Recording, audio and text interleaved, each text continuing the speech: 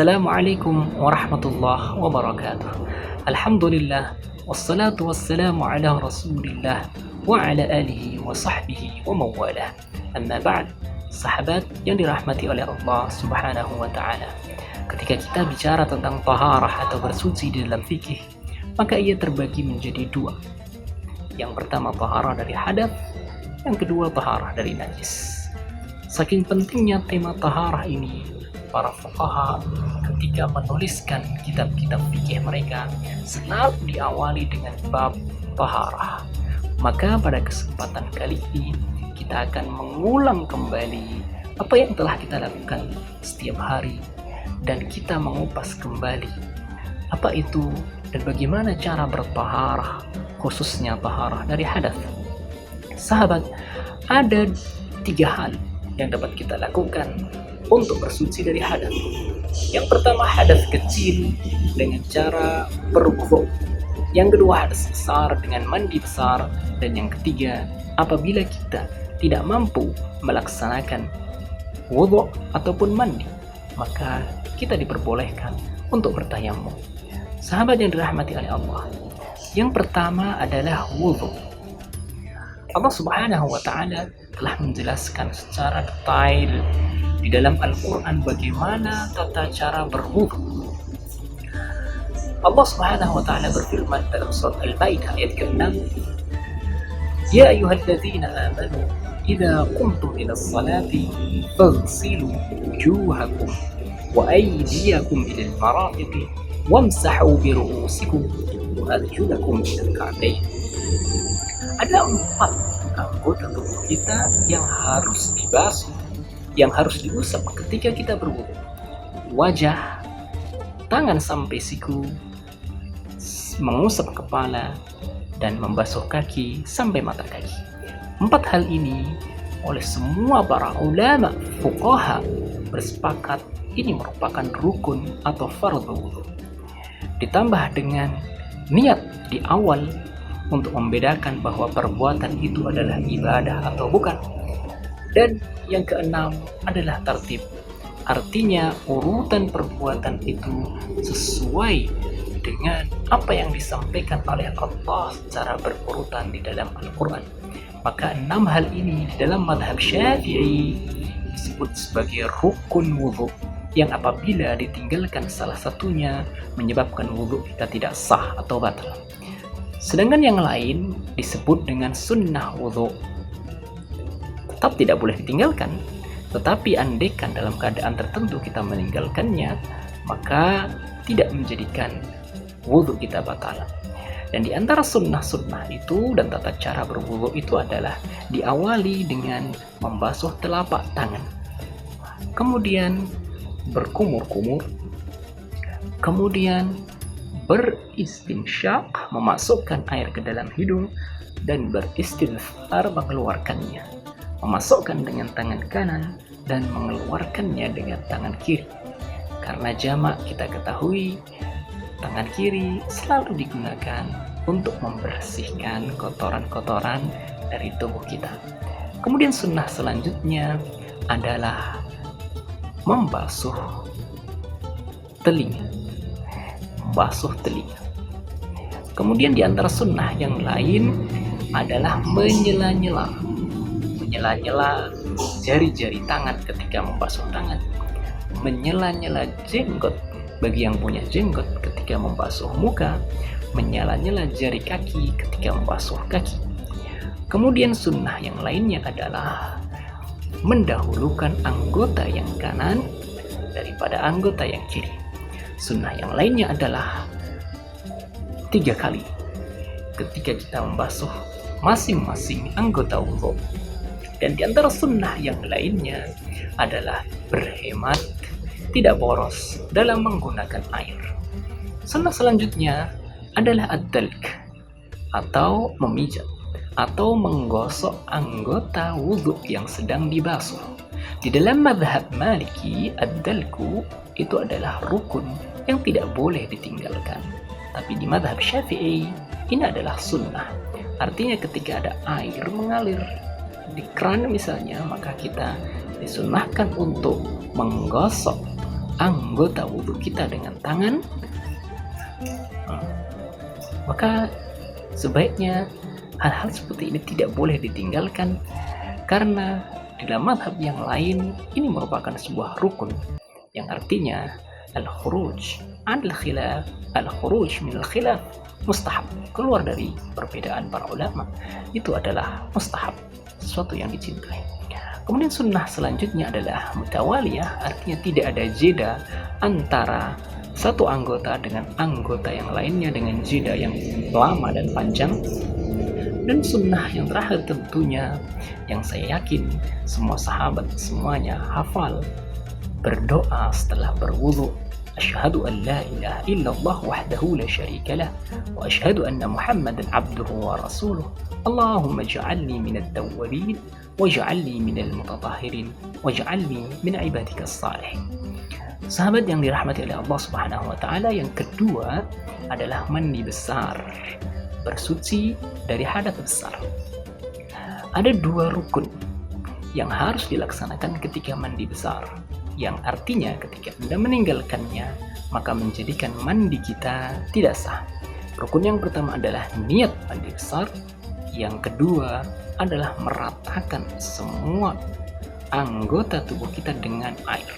Meratakan air ke dalam semua anggota tubuh kita dari ujung rambut sampai ujung kaki. Maka tidak boleh ada satu atau beberapa anggota tubuh kita yang masih kering, yang tidak terkena air mandi. Adapun yang lain, maka itu adalah sunnah yang tidak boleh ditinggalkan juga seperti yang saya bilang. Tapi ketika Anda lupa tidak mengerjakannya, maka tidak menjadikan ibadah kita, mandi kita tidak sah, tetap sah.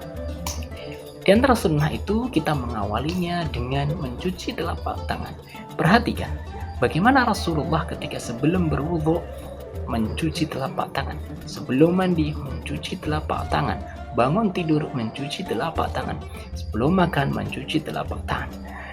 Saat ini di musim corona seperti ini, kita lihat menemukan relevansinya, sehingga mari kita gemar mencuci tangan, karena ini juga bagian dari yang disukai oleh Rasulullah Sallallahu Alaihi Wasallam. Kita kerjakan mencuci tangan sebelum mengerjakan sesuatu dan mencuci tangan setelah mengerjakan sesuatu.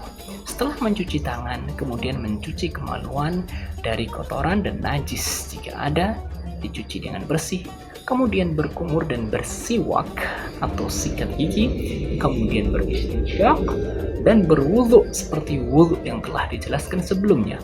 Setelah itu baru mengguyur kepala kita, rambut kita sambil di sela-sela. Setelah itu kita mengguyur badan kita dimulai dari anggota yang kanan. Dan satu lagi sunnahnya adalah ad-dalku sebagaimana wudu, yaitu menggosok anggota tubuh kita. Ad-dalku itu merata, menjalankan tangan di anggota tubuh kita, atau bahasa Indonesianya menggosok anggota tubuh kita. Itu adalah salah satu sunnah juga. Bahkan di mazhab Maliki itu perdebatan apakah ini sunnah atau rukun, sehingga kita tidak meninggalkan untuk menggosok anggota tubuh kita ketika sedang mandi. Rasulullah juga ketika mendapati sesuatu yang tidak berkenan di tangannya, beliau menggosokkannya di dinding atau di tanah dengan lama sekali. Maka di zaman sekarang mungkin dapat kita ganti dengan sampo atau kita ganti dengan sabun, sehingga memastikan semua kotoran hilang dari badan kita. Sahabat yang dimuliakan Allah, yang terakhir adalah tayamum, yaitu apabila kita tidak menjumpai air atau ada sebab-sebab syar'i yang kita tidak mungkin untuk menggunakan air. Bagaimana caranya? Caranya Allah telah menjelaskannya di ayat yang sama di surat Al-Maidah ayat ke-6, lanjutan dari ayat wudu. Allah berfirman dalam ayatnya, wa in kuntum junuban fattaharu wa in kuntum marwa aw ala safarin aw jaa ahadun minkum minal ghaiti aw lamastumun nisaa falam tajidu ma'an fatayammamu. Bertayamumlah, fatayammamu sa'idan thayyiban, dengan debu yang suci, dengan tanah yang suci. Famsahu biwujuhikum wa aydiyakum minhu. ada dua anggota tubuh kita yang harus dibasuh, wajah dan tangan. Maka kita mengenal adalah darbatan, ada dua pukulan. Yang pertama, pukulan pertama untuk wajah ketika bertayamum, semua wajah. Kemudian pukulan yang kedua untuk tangan seperti ini. Kemudian kita balik, dan ini tengahnya tidak boleh kena, seperti ini. Ini tata cara bertayamum. Lantas bagaimana, apakah batasan tangan ini sampai siku atau seperti apa? Para ulama bersilang pendapat. Ada yang mengatakan batas pergelangan tangan, karena di dalam ayat ini tidak ada batasan sebagaimana batasan di ayat wudhu. Maka difahami yad di sini sebagaimana difahami di ayat yang lain, wasariqu wasariqatu faqta'u aydiyahuma, pencuri laki-laki dan perempuan potong tangannya. Tapi pada prakteknya yang dipotong adalah pergelangannya, tidak seluruh tangannya. Sedangkan yang kedua adalah memahami bahwa muqayyad yang ada di dalam ayat wudhu itu berlaku dikiaskan bagi tangan di dalam tayamum, sehingga ulama yang kedua berpendapat batasan tangan itu adalah sampai siku.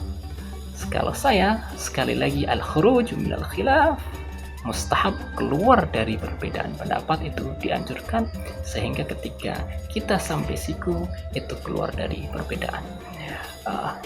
Itu pendapat saya. Kemudian selanjutnya adalah setelah tayamum selesai, maka kita telah menyelesaikan tata cara wudhu, mandi, dan tayamum. Semoga bermanfaat. Dan satu hal lagi yang penting, bahwa wudhu ini sebagaimana yang disabdakan Rasulullah SAW, manfaat dan faedahnya sangat besar bagi kita. Bahkan tetesan air wudhu itu membawa dosa-dosa kita keluar bersama tetesan-tetesan tersebut. Maka mari kita perbagus wudhu kita, perbagus mandi besar kita dan tayamum kita, karena itu adalah bagian dari ibadah kita kepada Allah Subhanahu wa Ta'ala.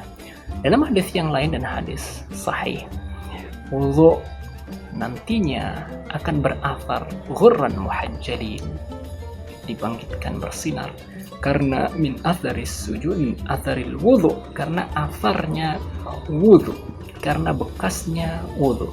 Sehingga ketika para sahabat bertanya, Rasulullah, bagaimana engkau nanti mengenali umatmu yang telah lampau, yang tidak pernah engkau jumpai?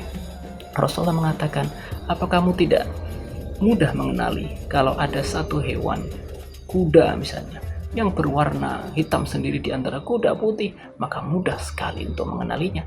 Begitu juga dengan umatku nanti, mereka dibangkitkan dan mereka bercahaya karena athari wudhu.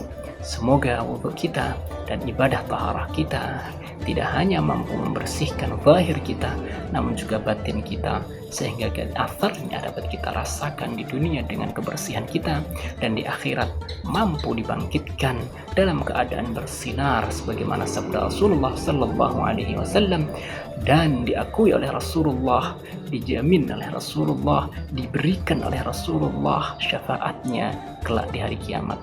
Amin amin ya rabbal alamin. Semoga ada manfaatnya. Akhirul kalam, wa jazakumullah ahsanal jazaa. Assalamualaikum warahmatullahi wabarakatuh.